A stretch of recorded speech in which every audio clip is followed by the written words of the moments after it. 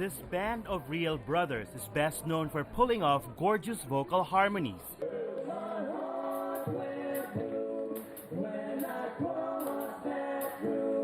Pinoy siblings Pepe, JJ, and JC Lozano, together with their friend Neil Manapat, came together to form the Band of Brothers. They're all under 36 years old, but their music is influenced by vocal groups of the 60s. From the Beach Boys to the Beatles, their retro covers are a big hit with their fans.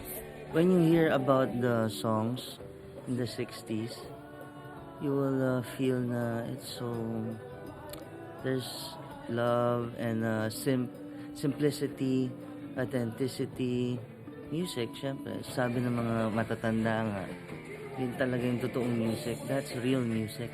JC, who's in charge of the band's wardrobe, says it's all about bringing back the good old days to complete the nostalgic retro experience.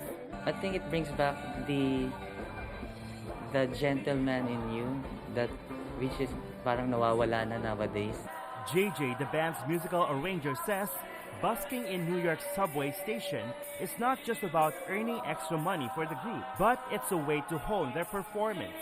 Kaya kami nandun, dinedevelop namin yung charisma namin, personality namin, at yung communication skills namin or communication ways with other people.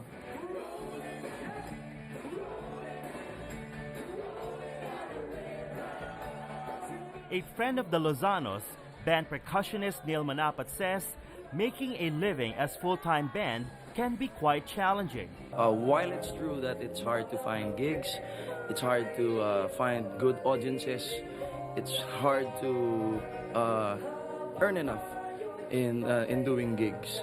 What's more important is if solid yung group, it could get anywhere. Originally from Manila, the group says the Band of Brothers will keep on rolling their retro music on the East Coast until they find their niche in the mainstream US music industry.